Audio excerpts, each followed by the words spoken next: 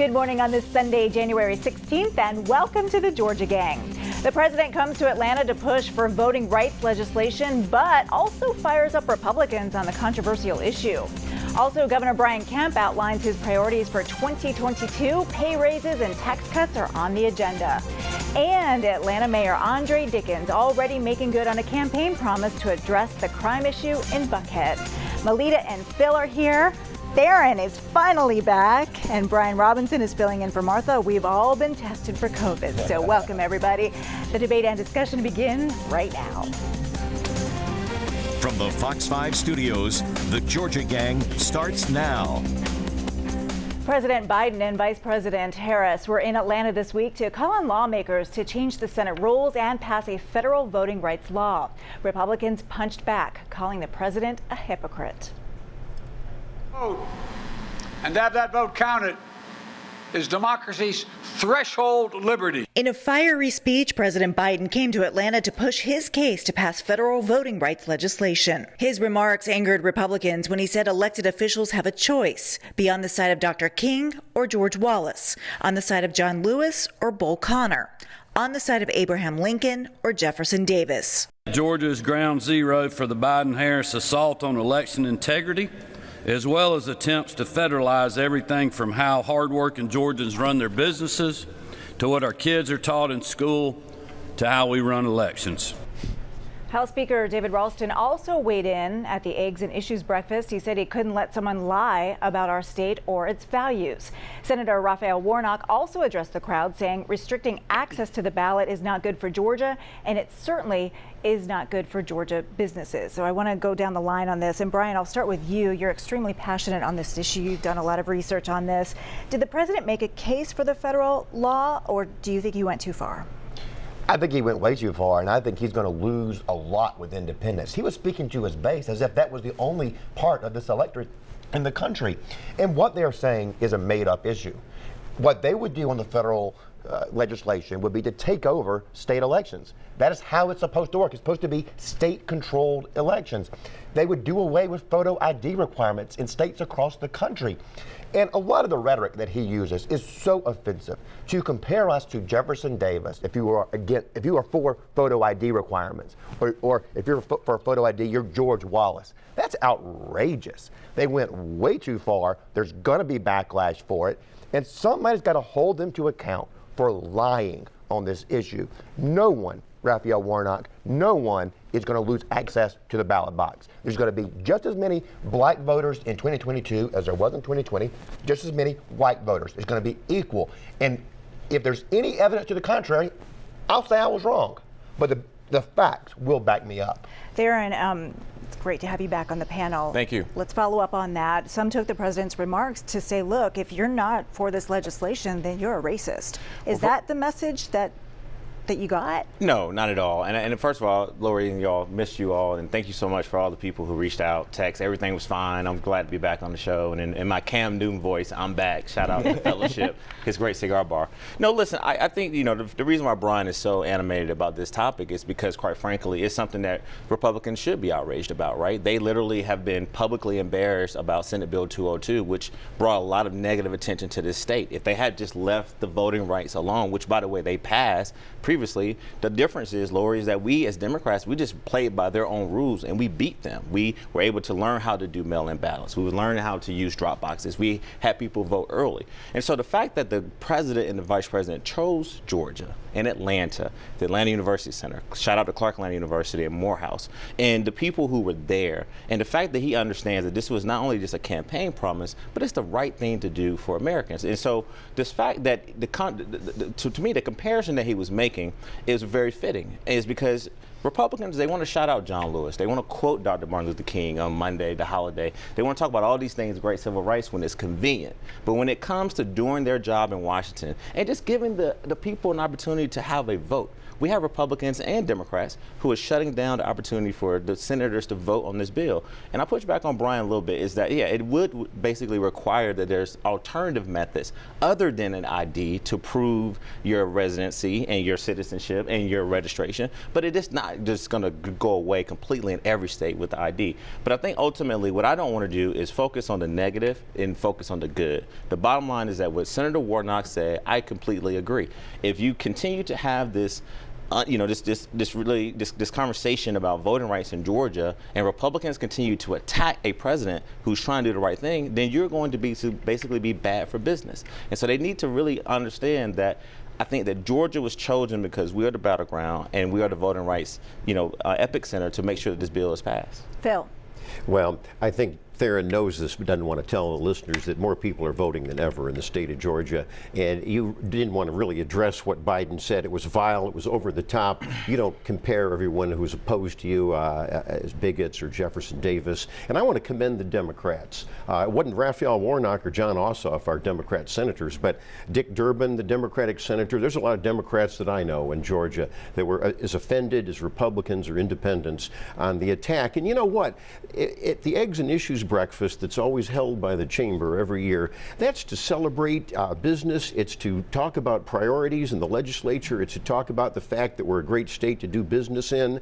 And it was ruined by Raphael Warnock when he talks about voter suppression. You can talk about bills for or against, but I didn't think that was the right forum. I was glad that Speaker Ralston pointed out that it was a terrible speech by the president. It was the wrong speech. And I want to praise the Democrats, and I hope my Democrat panelists would condemn this attack on everyone as a bigot that doesn't support these bills.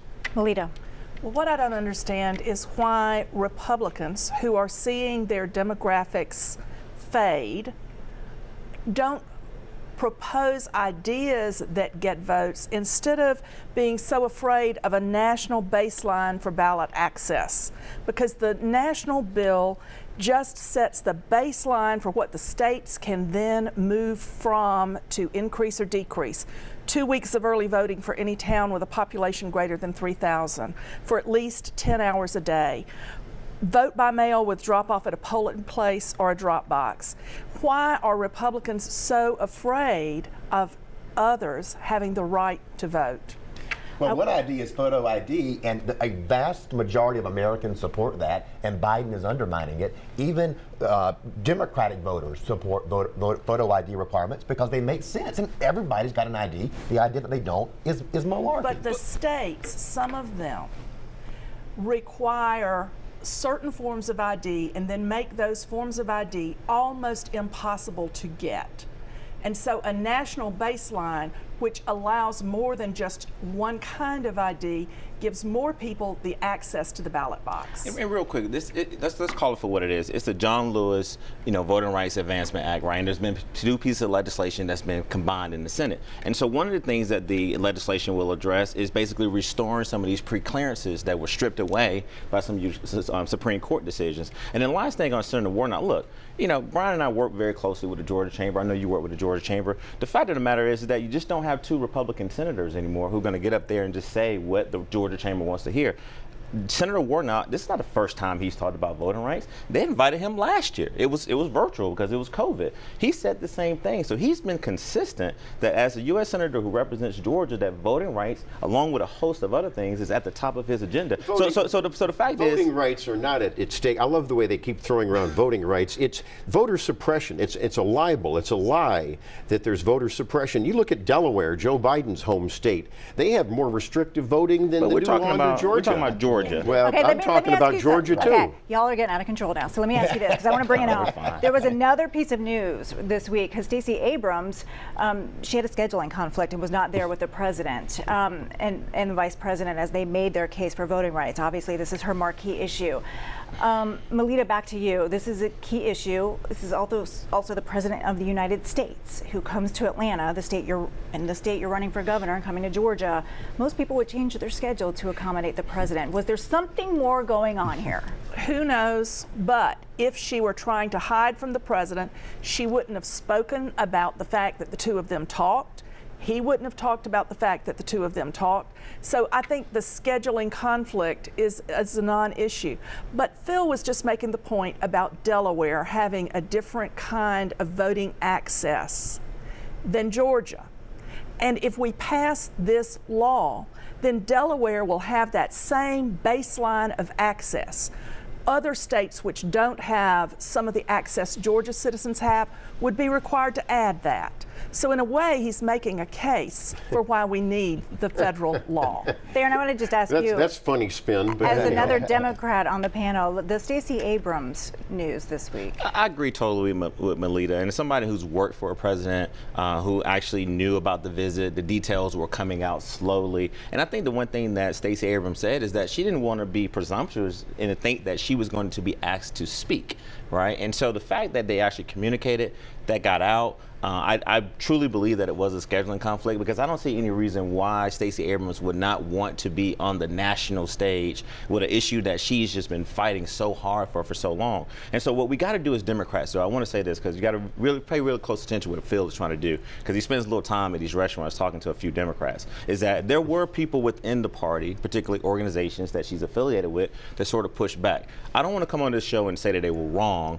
and because they definitely want to make sure that the bill is passed. I just think as Democrats, we need to basically fight amongst ourselves privately and make sure that we're on the same page, and publicly make sure that even though if you disagree, which is their right, don't start attacking the president and the vice president for coming to your state, highlighting an issue. But I do agree with some of the things that they were saying. We do need more resources here, and we do need more people to actually be supportive of this legislation. All right, Phil, I got 30 but seconds. isn't it true, Theron, that Stacey Abrams had a dental appointment and had to rotate her tires, and that she didn't see the president? Yeah, I don't know anything. It may have been her hair appointment. Yeah. Anything. All right, guys. What a division. Be very careful. One thing I'm not going to do ever is talk about a woman's hair, particularly a black woman's hair. No, that's not what we're doing here. I'm saying it's a made-up thing. This is the leader of the free world. She didn't show up, and there's one reason for it, because his poll numbers are in the tank in Georgia, and she's on the ballot in 2022. All right. All this is. And we will She was leave it smart there, not to be with him. because we've got lots more to talk about. Coming up, Governor Kemp pushes for pay raises for all state employees, tax cuts for Georgians, and possibly fully funding education. We'll discuss straight ahead. Have a question or comment for the Georgia Gang? Email them at georgiagang@foxtv.com. Governor Kemp outlined his $30 billion budget priorities this week, and I think his script kind of read like the Oprah show. Like, you get a raise, and you get a tax cut, and you get more money for education, healthcare, and public safety.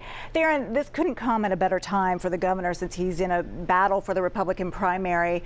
What do you think about the priorities, and is this going to get through? All of this going to get through? Well, it's a lot, and I love the Oprah reference. That's really good. No, what you saw from Governor Kemp was a person that understands that, look, he's got a tough primary coming up. He is basically sitting on a lot of money, partly because of federal government funding that's come his way, but also, and by the way, that came from Joe Biden, from my good friend Brian Robinson, to remember that. But also, he actually, you saw the state from COVID actually, build up a lot of in the reserve. And so I think what the governor is doing is, look, he is trying to basically push forward a very aggressive agenda that has a big number attached to it. And I was very proud to hear that he's actually fulfilling his promise with the teachers, to give them the raise that he campaigned on. And so big shout out to the governor for doing that, and also make sure that the teachers get what they deserve. Phil, what do you think? Do you think the legislature will go along with this added spending and also the $1.6 billion tax cuts? I think so, and I think to Theron's point, I'm glad that promise is being made to the teachers and fulfilled. And the state employees. I think we didn't mention, that's right, Lori, and we didn't mention, I like the anti-gang package, because as we all have commented here on the gang, we're in a crisis, and we've been in a crisis. I wish this had been done 2 years ago by the governor, but I'm going to commend him for putting this in, and including new law enforcement officers, tuition free for the law enforcement officers.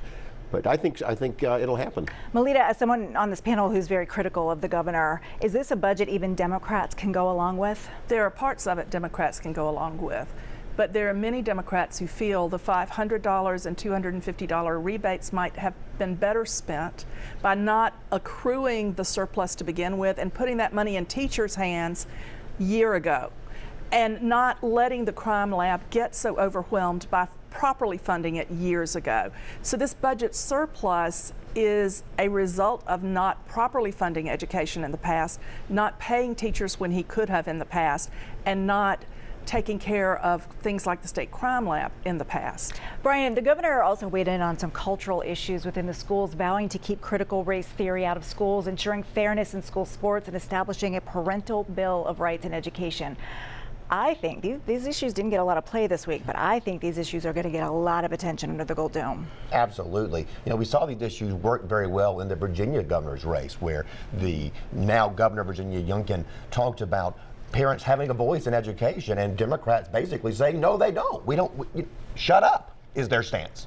And parents are reacting to that. And here's my warning to Democrats on these issues. If they double down on these positions, and look, this issue about the fairness in sports and protecting women's sports, it is hot. And Democrats are on the wrong side of it as far as where the electorate is.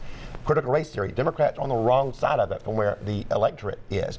They're going to pay a heavy price if they double down on these issues, because that's not where Americans or Georgians are. Melita, are Democrats on the wrong side of this? I do not believe they are. And critical race theory is a law school term.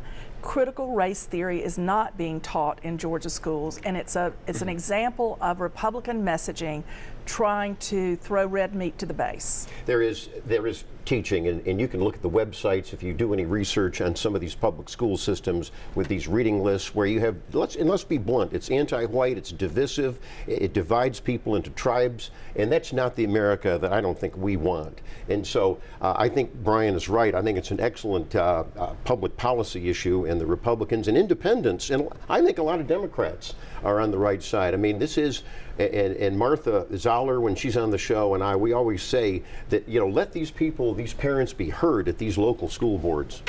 Theron, you want to weigh in on this? I think we said enough. Well, let me ask you. Senator Butch Miller, who's running for lieutenant governor, introduced a resolution this week that calls for changing the Georgia Constitution so that only U.S. citizens can vote. Now, this is already in law in Georgia, but this would change the language in the Constitution. Theron, in your opinion, is this needed? Yeah, this is State Resolution 363 that basically says that non-citizens can't vote. One thing I want to point out, Lori, is that non-citizens voting in Georgia is very, very rare.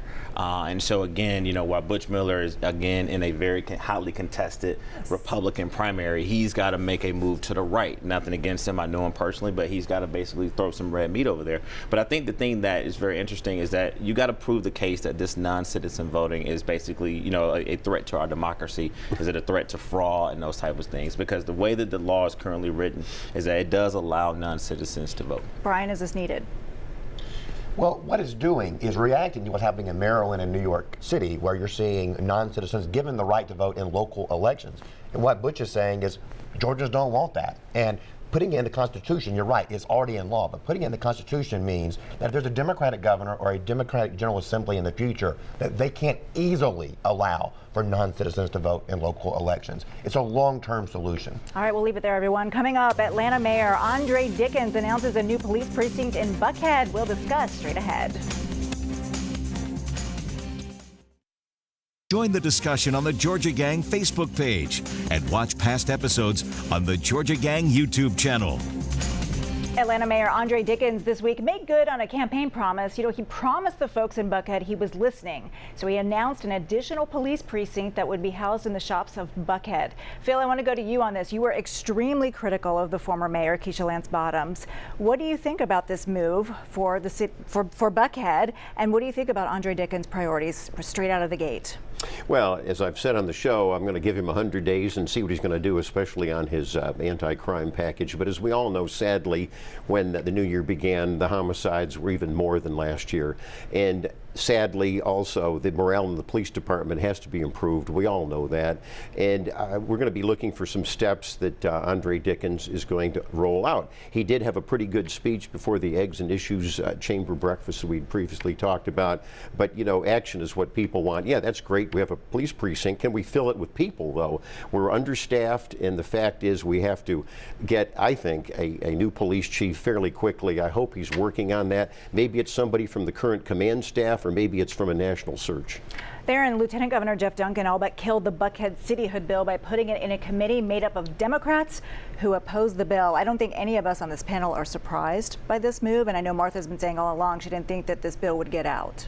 Well, to respond to something Phil just said, I want to commend the mayor publicly for, as you said, fulfilling the campaign promise. I mean, all the Buckhead residents should be happy. A lot of people who've been critical of the mayor should actually be applauding him. But some are saying too little, too late. Well, but the fact of the matter is that the mayor was very clear that it's going to be roughly about 15 to maybe 20 officers that will be there right away. And so you'll have people who are actually there in Buckhead. And also by having this precinct, it basically gives the presence that you need. And then also this fact that he talks about morale. I know that the mayors actually probably been at about 5 to 6 roll calls. And so the APD officers that I'm talking to is that they're happy to see him there. And I'm glad he's doing that because Mayor Bottoms didn't do that. Yeah, because I just want to make sure, you know, we give a shout out when a shout out. No, I think it's great. All right, good. And that's really important. So let's get back to the legislature. And I Yes. know that Phil and Brian and Melita are going to have something to say. You know, let's commend Jeff Duncan for what he did. This is a lieutenant governor who's on his way out, a Republican, and he basically put it in the committee, which, you know, makes it almost impossible, not totally impossible, for this bill to have life. But as a registered lobbyist who goes down to the Capitol every single day, and I know my fellow panelists are down there as well, is that it is not over until Sunny die. And so while it's definitely not going direction that I think the people who wanted it to move in the direction they wanted it to, there's still a lot of time left. And I kind of slightly disagree. I think there were a lot of people, particularly in my neighborhood and around Buckhead, that thought that this was going to go in, that Republicans, particularly Senator Brandon Beach, was going to just basically be able to introduce this thing. But shout out to former State Representative Ed Lindsay, who's been fighting hard to make sure that there's a legislative pathway to stop this Buckhead City movement. Brian. This is going to be something that we knew was going to be very divisive. You're going to see some folks who have statewide aspirations using this as a proxy for the crime issue.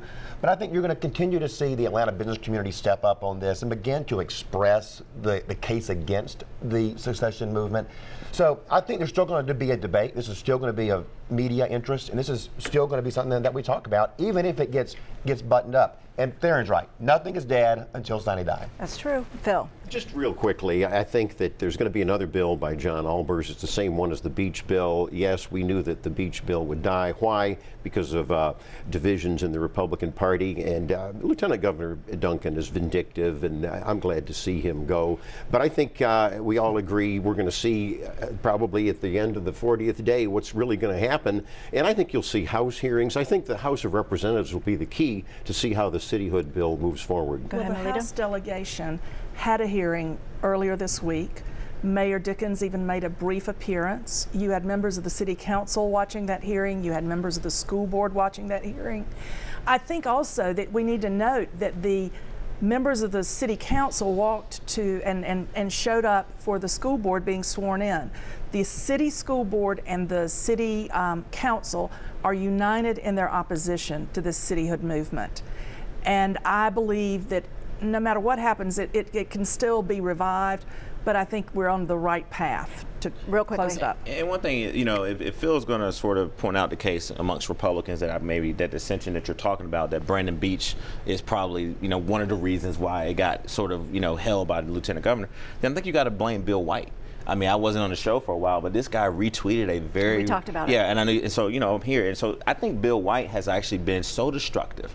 He's done more to hurt this movement than anybody. And I think that he deserves some of the blame of why this bill was... Well, that detracts from the fact that everybody has the right to vote on this if it does pass the legislature. And I don't see any problem. You know, let the pros be aired, let the cons be aired, and then pass it out, any cityhood bill, and have the right to vote. I got to leave it there, or else we will have no time for winners and losers, and we got some big winners this week. So stay tuned, everyone.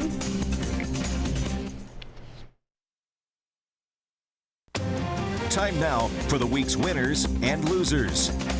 Well, they're all wearing the red and black. I mean, what a week. I think we've kind of recovered from our sleep deprivation. No. You heard my voice. Yes, Right? Phil. Well, I think we all agree that the Georgia Bulldogs are the winner, and we were very happy on the national championship. My winner is also House Speaker David Ralston. He had an excellent speech at the Eggs and Issues breakfast we've been talking about, and he was not going to let the President of the United States lie about Georgia, claim there's voter suppression, and compare us to some totalitarian country. Also, some winners. The new chairman of the Board of Regents is Harold Reynolds. He's a businessman from Greene County, and the governor named 2 other regents, Tim Evans and Jim Siphon. Congratulations. Melita. My winner is UGA quarterback Stetson Bennett. Mine too. And that photo of him sipping the Pappy Van Winkle bourbon straight from the bottle went viral, almost as viral as his woozy Good Morning America interview. But I think the other winner is the small town of Blackshear, which raised him, a town of 3,500. And they give him, they get really good bragging rights, but they lifted him up and made him believe he could bet on himself. And I want to see him on the speaking circuit. I want him talking to all the high school kids who said you were cut from a team and rose. he could do that. And then my loser of the week is Bill White of the Buckhead City Movement. This week's tweet was a story about cities with high crime, saying Atlanta is #2 nationally for deadly homicides. And Atlanta was #2 on that list, but it was an alphabetical list, and Atlanta was right between Albuquerque and Austin. Theron. But Sorry, we are right on time. All right, go Dogs. The whole team effort, particularly the defense. Want to give a shout out to them. Also want to give a big shout out to Ishay Collins, who's the new Atlanta Public Schools board chairman, also Retta Baldwin, and also Lisa Heron. I want to give all three of them a shout out because it's the first time in history that all three women who are in leadership all attended Spelman College. And also want to give a big shout out to Tracy at Delta, who helped me in the international terminal. Thank you, brother. He's a big fan of the show. All right, Brian, we got 30 seconds. Well, let me make it unanimous. My winner are the Dogs, but also Dog Nation, because we have been heartbroken so many times. We have been so snake bit. We've been beaten down. We all suffer from PTSD. And I'm hoping that this can be a bit of a recovery for all of us to have 2 championships back to back like this with the Braves and the Dogs. This is manna from heaven from people who have been thirsty for so long. So, all right, we got to leave winners. it there. Thanks, everybody. We'll see you next week. Bye-bye.